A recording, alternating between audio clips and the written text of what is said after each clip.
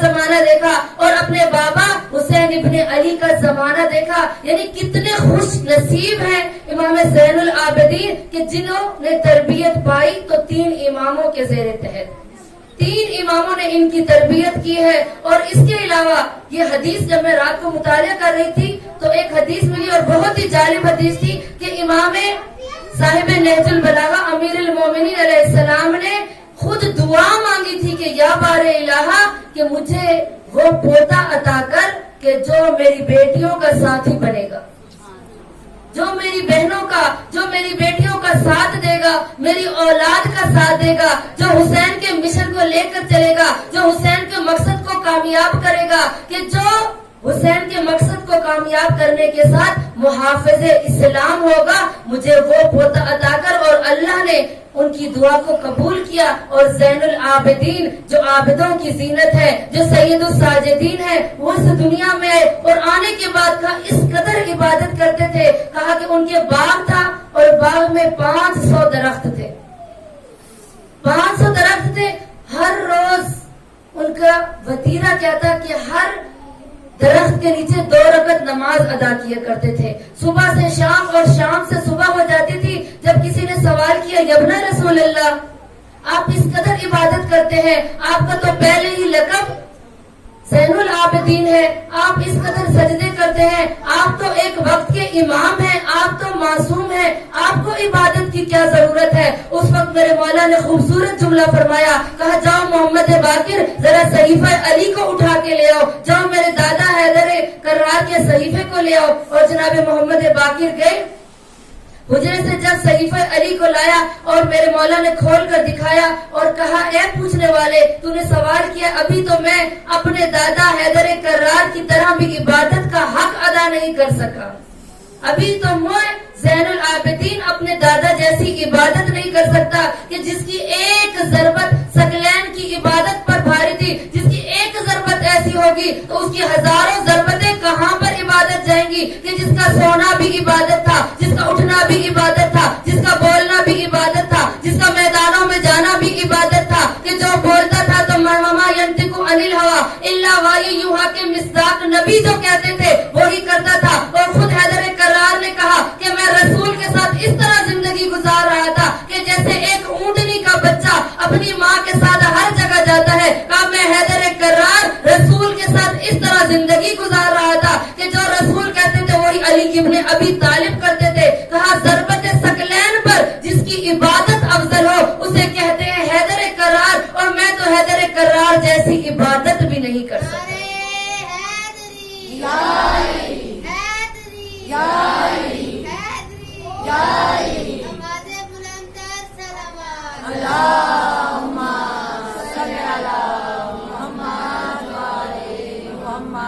اور اب یہ تو عبادت کا عالم ہے. میں اور آپ ہوتے عبادت پر ناز کرتے کہ آج ہم نے نماز تہجد پڑھی ہے, جی ہم نے اتنے ختم قرآن کیے ہیں, ہم نے اتنے ختم صلوات کیے ہیں. اب دیکھیے وہ ہمارے امام ہمارے لیے آئیڈیل ہے, وہ ہمارے لیے ایک نمونہ عمل ہے کہ ہمیں اپنی عبادت پر ناز نہیں کرنا چاہیے کہ اب وہ امام بھی کہہ رہے ہیں کہ میں عبادت کا حق ادا نہیں کر سکا. اس قدر سجدے دیتے تھے کہ جہاں بھی جگہ ملتی تھی تو امام زین العابدین سجدے کی حالت میں چلے جاتے تھے. جب خدا کی کوئی نعمت دیکھتے تھے تو فوراً شکر کا سجدہ بجا لاتے تھے اور فوراً سجدہ کرنے لگ جاتے تھے. کوئی نعمت دیکھتے, پانی پیتے, کھانا کھانے کے بعد اتنا کہا اس قدر سجدے طولانی عطا کرتے تھے کہ ان کی ایک کنیز روایت کرتی ہے.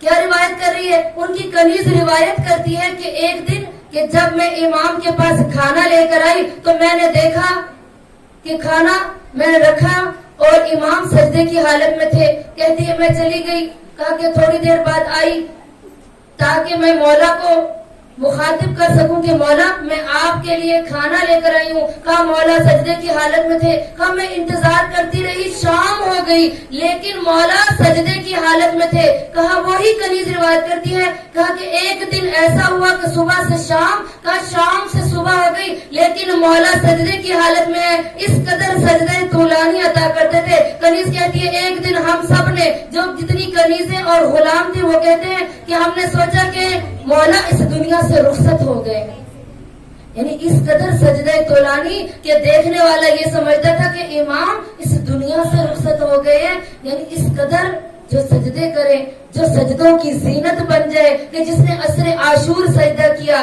کہ جس نے اللہ کی ہر نعمت پر سجدہ شکر کیا، چاہے بے کچاوا اونٹوں پر تھے، چاہے بیڑیوں پر تھے، چاہے پابند سلاسل تھے، ہر حالت میں خدا کا سجدہ شکر وجہ لائے. صلوات پڑھیں بر محمد والے.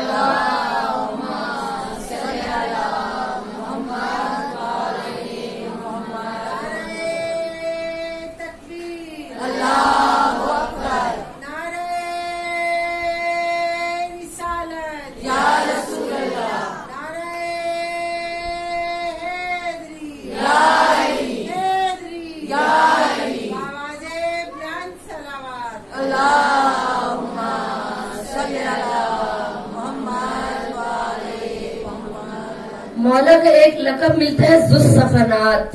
یعنی کس کا کیا مطلب ہے کہ ذو الصفنات اس کو کہتے ہیں کہ جب مولا پیشانی کو خدا کی بارگاہ میں جھکایا کرتے تھے، اس قدر لمبا سجدہ ہوتا تھا، اس قدر طویل دیتے تھے اپنے سجدے کو کہ ان کی پیشانی پر گنٹے بن جاتے تھے. اور پھر ہر سال ایک شخص آتا تھا جو اس پیشانی سے ان گنٹوں کو دور کرتا تھا، یعنی ان کو کاٹا کرتا تھا. یعنی سال کے بعد اس قدر وہ بڑے گڈھے بن جاتے تھے، اتنے گڑھے پڑ جاتے تھے کہ سال کے بعد میرے مولا ایک آدمی کو بلاتے کہ جو ان کے جسم سے اس کو جدا کیا کرتا تھا، یعنی جس کا سجدہ اس قدر ہو. اور کنیز ایک روایت کرتی ہے، کہا ایک دن میں نے دیکھا کہ امام سجدے کی حالت میں ہے، قیام کی حالت میں ہے، کبھی رکوع کی حالت میں جاتے ہیں. کہا ادھر خواتین نے، لوگوں نے شور مچایا، شور و غل ہوا، پوچھا کیا ہوا ہے؟ کہا کہ محمد باقر کہ جن کی عمر کم ہے وہ ایک کنویں میں گر گئے ہیں.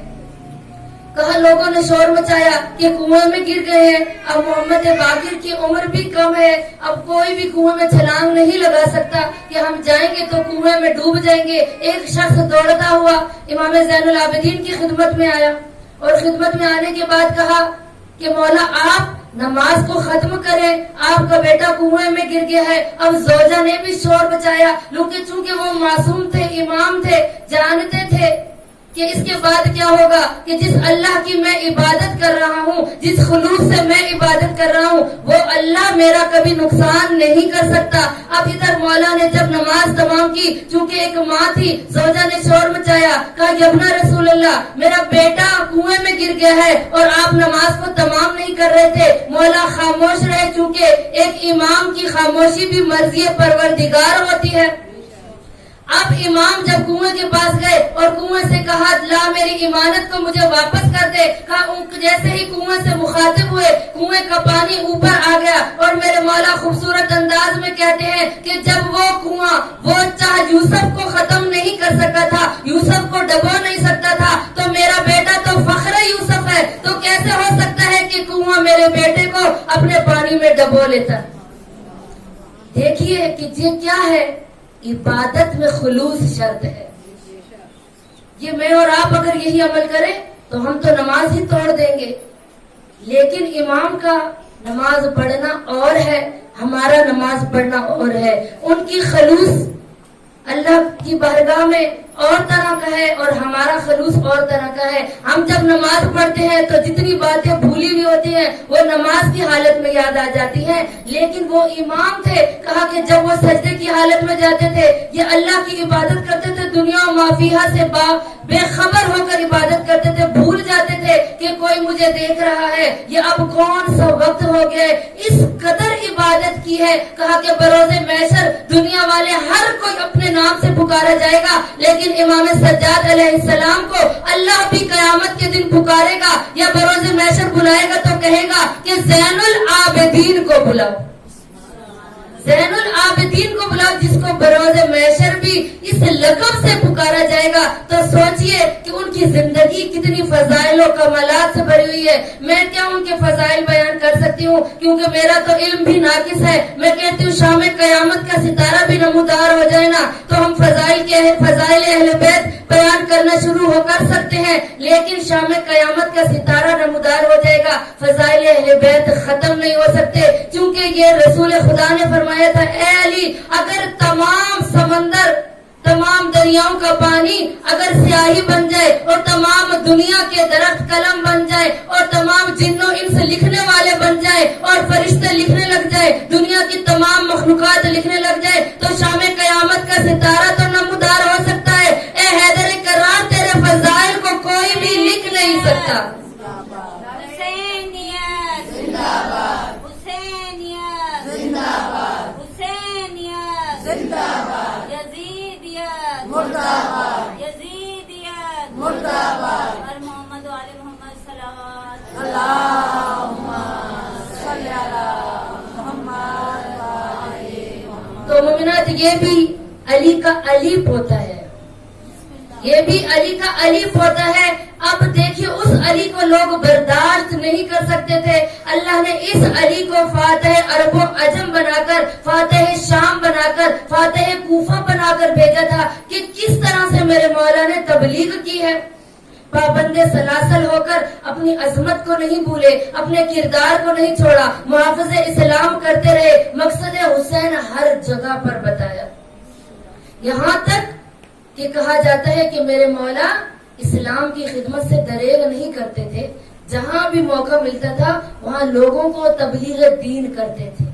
اور یہی کردار اہل بیت ہمارے لیے چھوڑ کے گئے ہیں کہ ہم ان کی سیرت پر چلیں، ان کے کردار کو اپنائیں اور خدا کی بارگاہ میں مقرب انسان بن سکیں۔ نعرہ تکبیر، اللہ اکبر، نعرہ رسالت، یا رسول اللہ، نعرہ حیدری، یا علی، حیدری، یا علی، حیدری، یا علی، آباد بلندر صلوات، اللہم صلی علی محمد و آل محمد۔ تو مومنات، جہاں اہل بیت کا تذکرہ کیا جائے، جہاں امام سجاد کی سیرت پر بات کی جائے، تو کیسے ہو سکتا ہے کہ وہ عزاداری قبول نہ ہو؟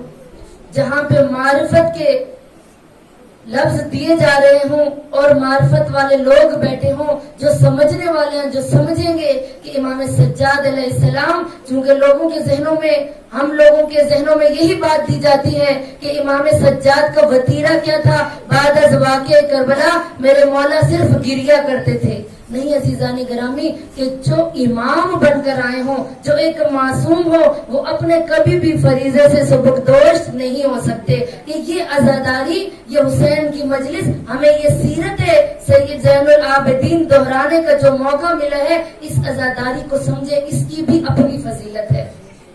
ایک چھوٹا سا واقعہ سنا کے آپ کی زحمات کو تمام کروں گی۔ کہ ایسے ہی پرانے وقت کی بات ہے، کسی مومنہ کے گھر میں مجلس تھی، تو اس کے گھر میں مجلس تھی۔ جب مجلس کے لیے اس نے کھانے کا اہتمام کیا اور مسائل کا وقت ہوا، تو وہ خاتون کچن سے مجلس کا جب مسائل ہو رہا تھا تو وہ مسائل میں شرکت کرنے چلی گئی۔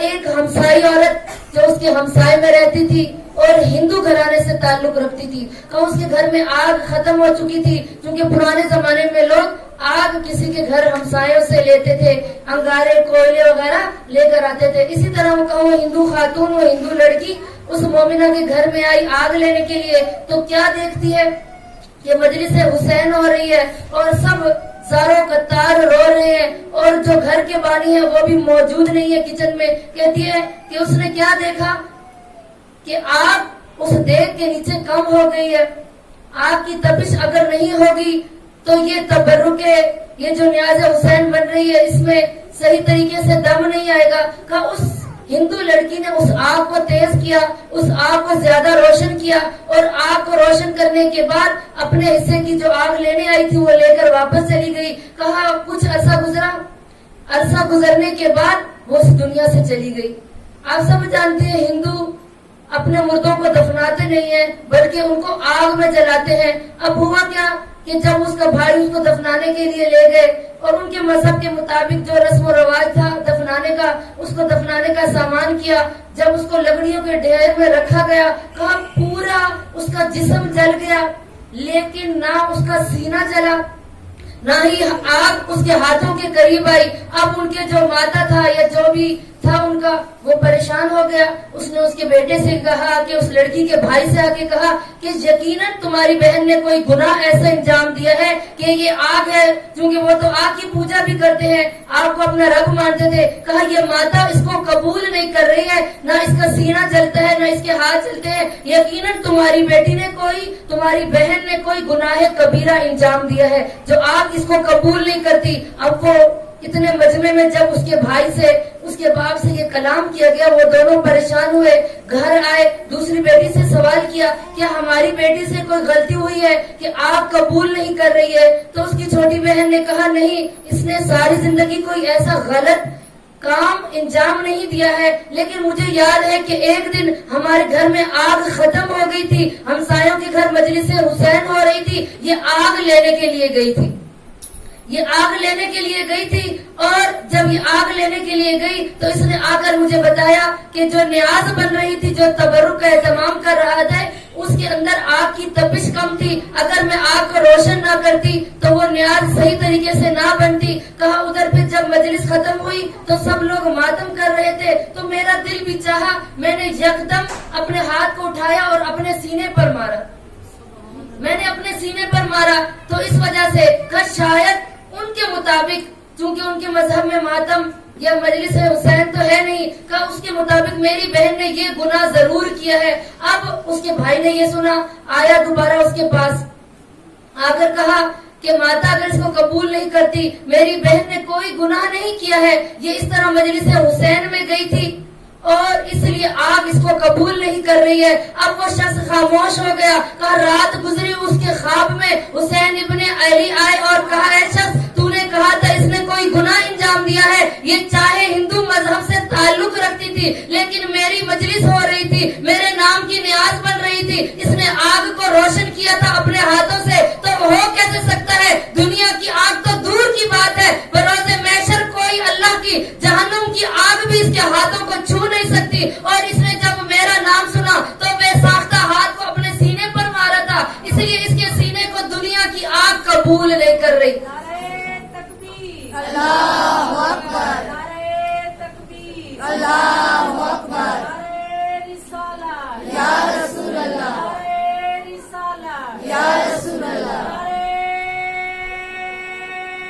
حیدری، یا حیدری، یا علی، ایمان شاہ نجف بلند تر سالوات. اللہم صلی علی محمد وعلی محمد. تو مومنات دیکھیے کہ اگر کوئی اور مذہب کا بندہ بھی آ کر اس طرح سے حسین کی مجلس میں کرتا ہے تو وہ ان کا بھی قرض چکا دیتے ہیں، اور ہم تو حسین کو رونے والے ہیں. حسین سے دعا مانگا کریں، یا بار الہ ہمیں معرفت کے آنسو نصیب فرما، ہم اس گھرانے کو سمجھے کہ یہ گھرانہ کون سا گھرانہ تھا، ہم ایسا نہ ہو کہ خالی ہاتھ آئیں اور خالی چلے جائیں، ہم مقصد حسین کو نہ سمجھ سکے، ہم کردار زینبی کو نہ سمجھ سکے. یا بار الہ ہمیں معرفت نصیب فرما.